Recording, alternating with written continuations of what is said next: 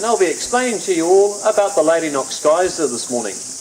Now first of all, I'm just going to go over a few little safety notes. For people who are heading back to the park afterwards, when you're walking around the park today, we do ask you to stay on the pathways at all times, just for your own safety, and also to wear appropriate footwear when walking around the park as well.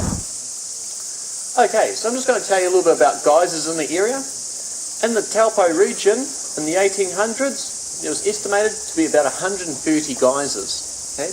But by the 1970s, the number had dropped down to about 15 geysers. One of those reasons for the drop of numbers is through geothermal draw-off through power stations throughout the area. But in this area here was a very active geyser field. At one point there was a geyser over the side here. There was also a few others around the side here. But how this geyser came about was back in 1901. Back in 1901, New Zealand had its first open prison, and the prison was actually built right here at Waitapu. Now, its main objectives were to bring all the prisoners from the jails of the Rotorua Lake District. When they came out to the prison here, they were also told they had to work off their time as well. So they were told to cut the light bush and shrub, and also to build roads, and also to plant pine trees in this area. As you could imagine, back then, it would have been a very dirty job. So some of the prisoners, while exploring the area a little bit, they came across this geyser field here. And when they first came across this geyser here, the geyser was flat. So they just decided to use the hot water from the spring to wash their clothes with. So they were sitting around the spring here one day doing their washing, and one of the prisoners dropped this bar of soap into the spring. And what he did was actually change the surface tension in the water of the geyser. So surely by accident, he actually set off the geyser. So the clothes all went flying skywards, and they all went running back into the shrub. But when they came back to the spring here, they all decided to have a little bit more fun with it. What they decided to do was to place rocks around the base of the spring. And what that is doing, actually enhancing the eruption of the geyser. Now, what I'm actually adding into the geyser this morning is a chemically engineered surfactant. It's environmentally friendly, but it'll be setting off the geyser in the same way as that the prisoners were doing back then. So I'll just add a few pieces into it now.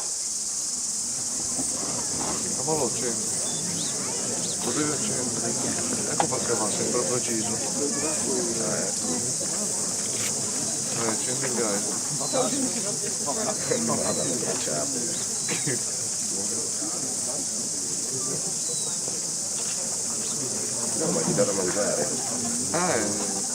Le diavoline. Un po' di diavoline, lui. Troppo. So the geyser would erupt naturally on its own, without me adding any surfactant to it, but its normal eruption cycle would be anywhere between 24 hours to 72 hours. So it would go off on its own, but just anywhere between those times. So what's actually happening underneath the geyser here is there's two chambers of water. Okay, there is a cool chamber of water. Also right below the cool chamber, there is a hot chamber of water as well. The temperature of that hot water is reaching temperatures over 150 Celsius. So what's actually stopping that boiling water erupting out of the geyser? It is that cooler water that is sitting above it. And that cooler water is around about 90 Celsius.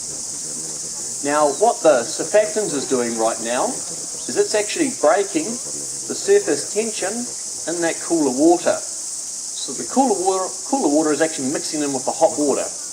And when those two different temperatures of water meet, the water turns into steam and expands. And it's just going to keep expanding to a point, and then it'll just sort of erupt.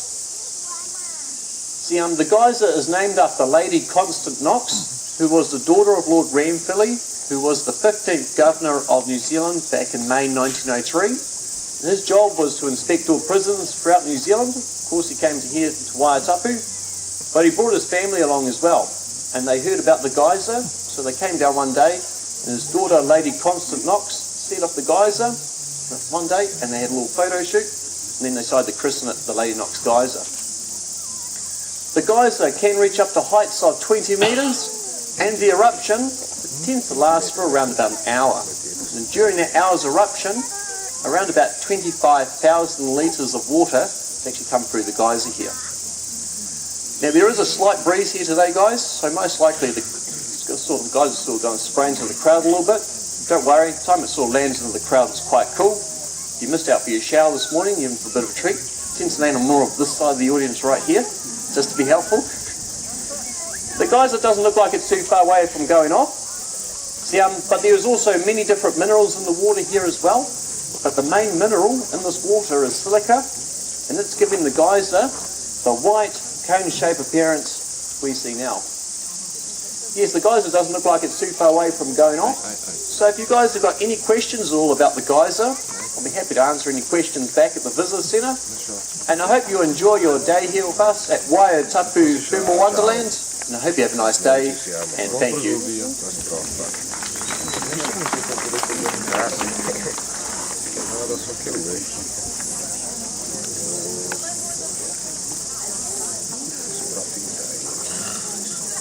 Bella conoscenza mia. Ma che parte, ma che partita.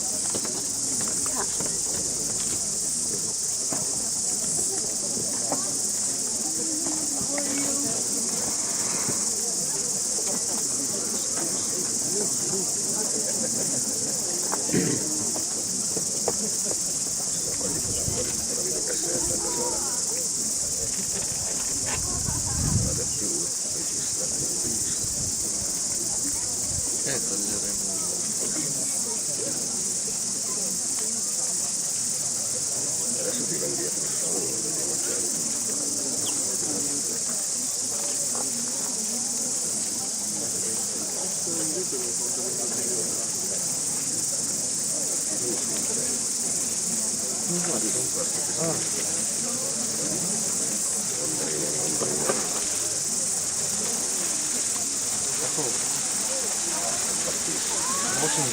vediamo no, faccio un via, ma può piacere, ma che via. Questo è un Geyser di Campania.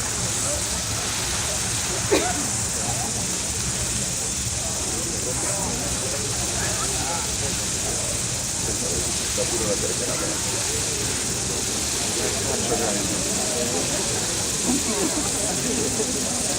I'm coming.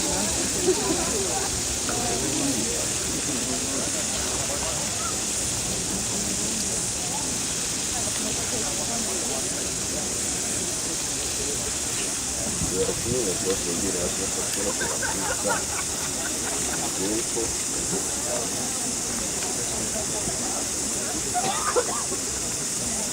davanti sta cominciando a tossire. Stanno portando via la donna gabbia. Ah, deve fare. C'è una cosa nuova che non si è mai divertita. Guarda come fa tutto, mi ricorda la gioventù, i bei tempi che furono.